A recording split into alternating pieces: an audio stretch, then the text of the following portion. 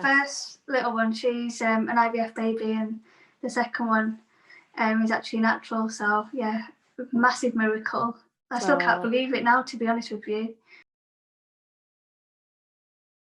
It's still not easy, is it? You've still got that worry, like, am I doing everything right? Are they okay? Just, it's really strange. Like, you just think, oh, okay, I've had the baby, it'll all be plain sailing, but I don't think life is, never. Even, I'm guessing even when they grow up, you still worry about them. I know my mum still worries about me now. So I think for me, I was really open-minded. So so I attended NCT classes.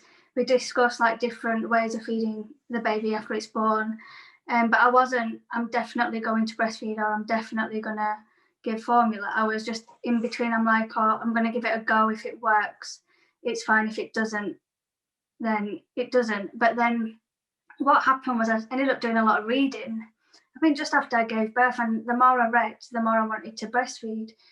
And also after I gave birth, because I had a C-section, one of the nurses handed the baby over to me, and she says, oh, are you going to breastfeed? And I'm like, I don't think I can. I don't think I've got any milk. Not thinking anything that I've learned or read. And I was like, and she literally just squeezed my nipple, and obviously the colostrum came out. And Janvi, that's my daughter's name, she latched on straight away, perfect latch. Like, and I just felt really relieved. I was like, oh, this is really good.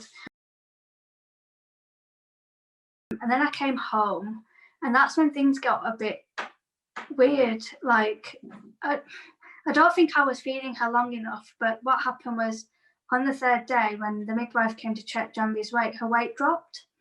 And then I panicked. So then I was giving her formula, and then obviously the more formula I gave, the more behind I got, but then ended up going to the hospital.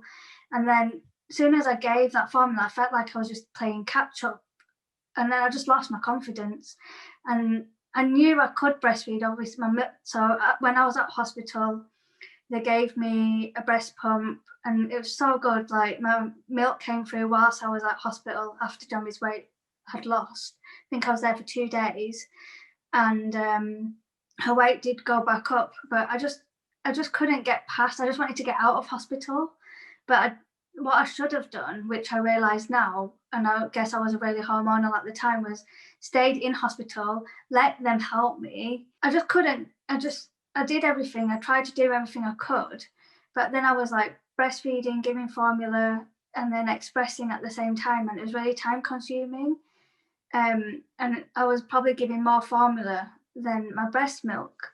So then my milk was declining, and obviously the formula was increasing, and I just couldn't get to the right balance, and I was just exhausted, to be honest with you. So I think I did it for about just short of 3 months.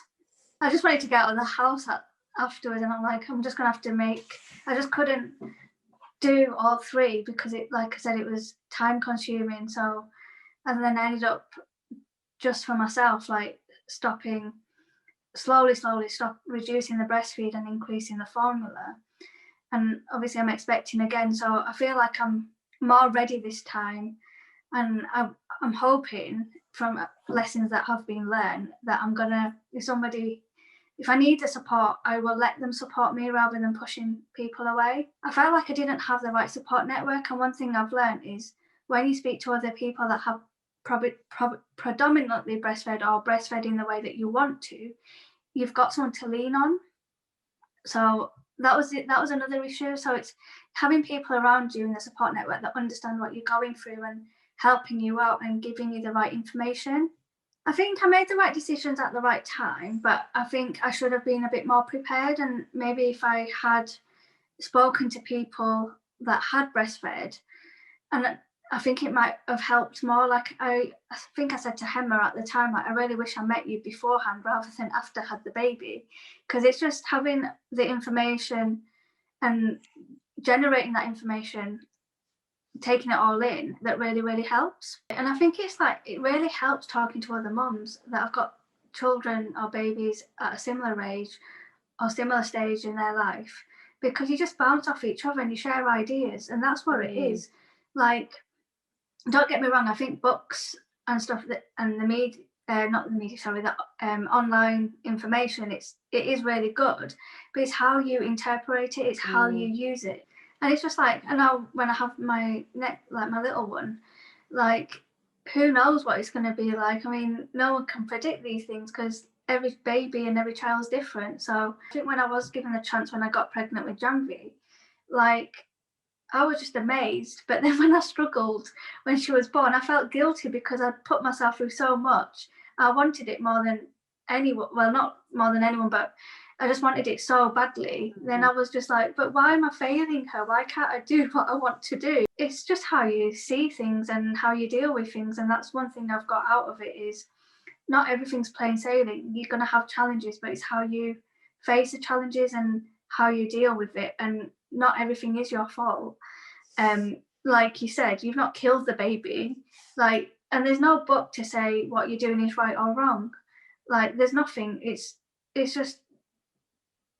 I guess it's just like just trying things. It's trial and error, isn't it? Yes, I was. Yeah. So was my sister and my brother. I think, from what my mum was saying, I think she did me and my sister for about 6 or 9 months, but she breastfed my brother for a year.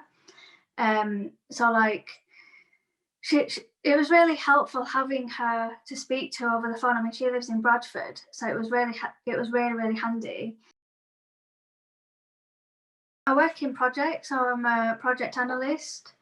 We're just implementing a new system, but I absolutely love my job, but it's just been really difficult to like be 100% focused.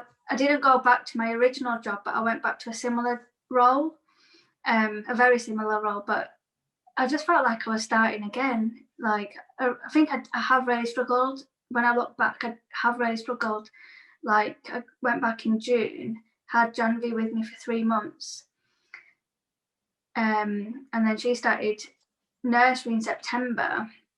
But it was really intense. And my husband is customer facing, so he's on the road. So it was just me, Janvi, and work really. If she hadn't have gone nursery when she did, I think I was at breaking point at that point where I was really run down. I was exhausted because it was just non-stop. Like, you've been a mother and you're working and you're trying to do everything else. It's just like, it's just hard. It's hard as it is just having them at home without the work pressure, to be fair. Because at the beginning of lockdown, so the first lockdown, I quite enjoyed it in a way because I felt like I was more relaxed and I had time to myself, that kind of stuff. Obviously, I wasn't working at that point. And then now we're in another lockdown, I think this time I'm finding it difficult because I'm working, I'm not having that human contact. I mean, the only people I have human contact with is my little one, my husband, nursery staff, and that's only like one nursery staff, and my in-laws, because we're in a bubble with my in-laws, because they look after Janvi twice a week.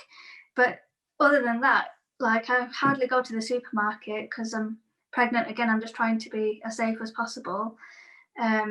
But yeah, it's quite isolating, and it is quite lonely to a certain degree, to be honest with you. We're all fortunate that we have really good technology and we can FaceTime, we can call people whenever to a certain degree. So it does help, but it's not the same. It's not, I mean, it's a new norm, but like, no one knows which way it's going to go or how much it's going to affect our little ones. Like, I'm hoping it's not going to affect them too much because I don't know any different. But I did notice when Janvi went to nursery, after the pandemic, when she started, she was so sociable before because I did so many classes with her. So she was used to seeing different people, etc. But when she started nursery, like, just before she started nursery, I was like, God, she's changed so much. She's really shy. It was really weird. Obviously, she's not like that now. She's built up her confidence and stuff. But it's just, my mum was born in India and then came here when she got married to my dad. So I don't know if that's got, like, there's a cultural difference there. My sister's just had a second one and she did actually experience difficulties breastfeeding. But my mum really, really supported her. Like, I think she rang